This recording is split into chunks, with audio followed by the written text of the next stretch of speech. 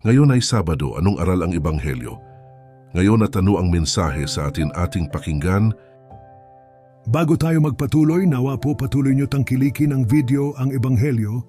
Ay follow nyo po si Brother Chris sa kanyang YouTube at Bro Chris channel at kanyang Reels follow, like, comment, and share. Thanks for watching and listening. God bless you. Tayo'y magpatuloy.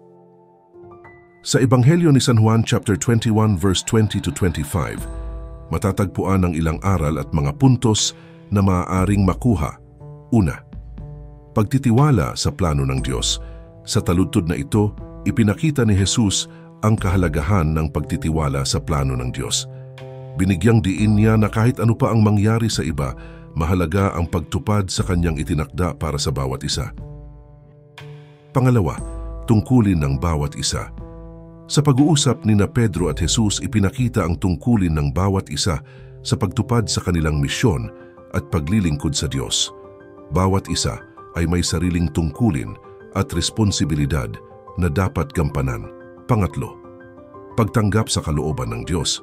Ang pag-uusap na ito ay nagpapakita ng kahalagahan ng pagtanggap sa kalooban ng Diyos kahit na hindi natin lubos na nauunawaan ang lahat ng kanyang plano. Mahalaga ang pagtitiwala at pagsunod sa kanyang gabay. Sa huli, sa pamamagitan ng mga aral at puntos na ito, maaari nating mas lalo pang maunawaan ang kahalagahan ng pananampalataya, pagtitiwala at pagsunod sa kalooban ng Diyos sa ating buhay. Thanks for watching, nawa na pagpala kayo ng video. God bless you.